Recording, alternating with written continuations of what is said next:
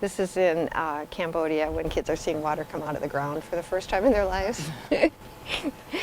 Also in Cambodia. This is in Indonesia where women who were watching their kids suffer from malnutrition.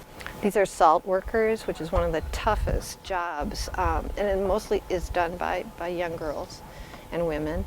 And I was with them, and with a health organization, because the salt takes a terrible toll on their little bodies.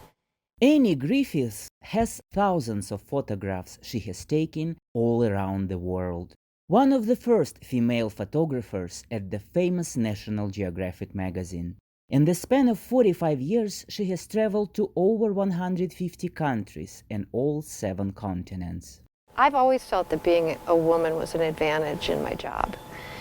Both initially getting into photojournalism and then recognizing that I had half the world pretty much to myself. I spent about 5 years doing projects in the Middle East, and many parts of the Middle East and many aspects of their culture are gender separate. I think that is judged often by the Western world, but there again is an opportunity to actually look at it from the women's point of view. The women caught by Griffiths' camera survived natural disasters and migrations, discrimination, war, epidemics, and famine. But she says, despite it all, they keep the traditions alive, raise children, grieve, and just live. So the stories I focus on are where women have found solutions. It's usually because they come together as a group, and as a group they figure out how to do something better. They're the ones planting millions of trees. They're the ones who are, staying till the last minute after the men leave and then shepherding their children and sometimes their parents. She believes women don't like being victims and remain hopeful in the grimmest of circumstances.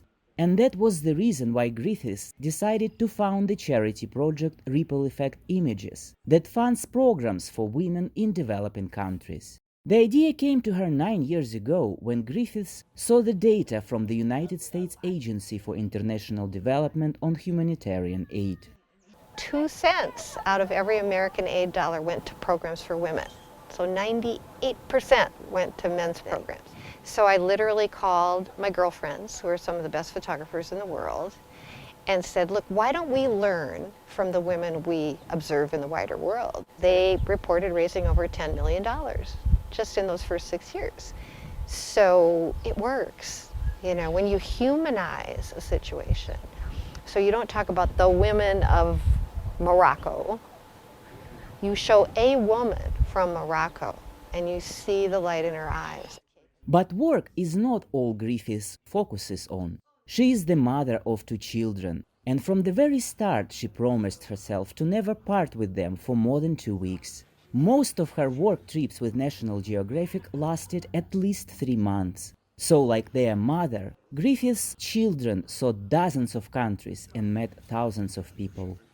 I've been traveling with my mom since I was just in her belly, so we've picked up a few stories over the years.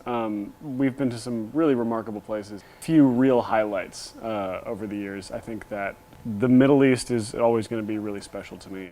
In 2008, Griffiths published a book of photo memoirs called A Camera to Kids and a Camel that focused on how to reach harmony between work, family, and the whole wide world.